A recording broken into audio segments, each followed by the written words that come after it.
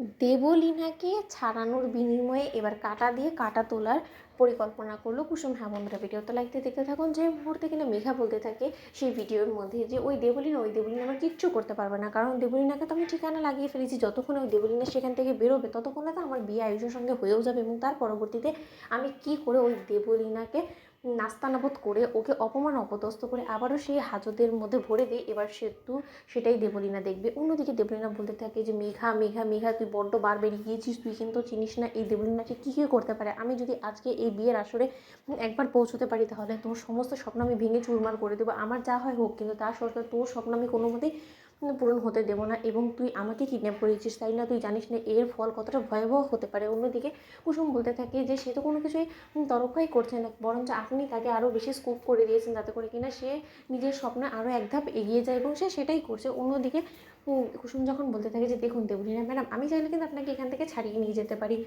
নেবো নাকি বলুন তো? ঠিক সেই সময় দেবলীনা বলতে থাকে যে এর মধ্যে তোমার লাভটা কি, আমি তো সেটাই বুঝতে পারছি না। অন্যদিকে কুসুম বলতে থাকে যে লাভ তো আমার একটাই, যে আমি ছোটো সাহেবকে পাবো, কারণ আমি কোনো মতে জাদুঘর হয়ে আমি গাঙ্গুলি বাড়ির কোনো রকম কোনো ক্ষতি হতে চাই না। সেটা তো আপনি খুব ভালো করে জানেন, তাই না? কিন্তু এর থেকে বড় একটা সুযোগ কিন্তু আপনার হাতছাড়া হয়ে যাবে, যে আপনি আপনার বোনকে গাঙ্গুলি বাড়ির বউ হতে দিচ্ছেন, এবং এতে করে আপনার বোন কিন্তু পরবর্তীতে প্রভাব খাটিয়ে আপনাকেই আপনার জায়গা থেকে সরিয়ে দিয়ে আবার আপনাকে হাজতে ভরে দেবে, সেজন্য সে আপনি চান না।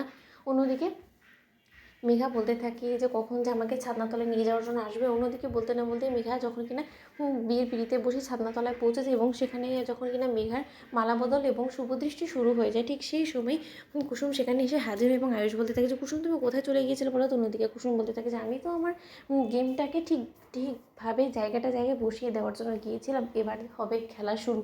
ঠিক সেই সময় যখন কুসুম সামনেই আয়ুষকে যখন কিনা মেঘায় মালা পরাতে নেয়, ঠিক সেই সময় সেখানে দেবলীনা অস্ত্র হাতে নিয়ে হাজির হয়, এবং বলতে থাকি যে তারা মেঘা বড্ড বার বেরিয়ে গিয়েছিলিস, তুই কী মনে করেছিস আমাকে তুই গুম করে আমাকে গুন্ডাদের হাতে জিম্মি করে রেখে তুই নিজের স্বপ্নের দিকে এগিয়ে যাবি এবং এই দেবলীনাকে তুই মাত দিয়ে দিবি? এতটাই সহজ নাকি? দেবলীনা কিন্তু কোনো মতে কাঁচা কাজ করে না। অন্যদিকে দেবলীনা সেখানে আসা মাত্রই সমস্ত লোকেরা আতঙ্কিত হয়ে পড়ে, এবং মেঘা যখন কিনা বলতে থাকে যে কে উনি, ওনাকে তো চিনতে পারেন না। অন্যদিকে দেবলীনা বলতে থাকে যে ও তুই আমাকে চিনতে পারি না, তাহলে আমি কে হই তোর?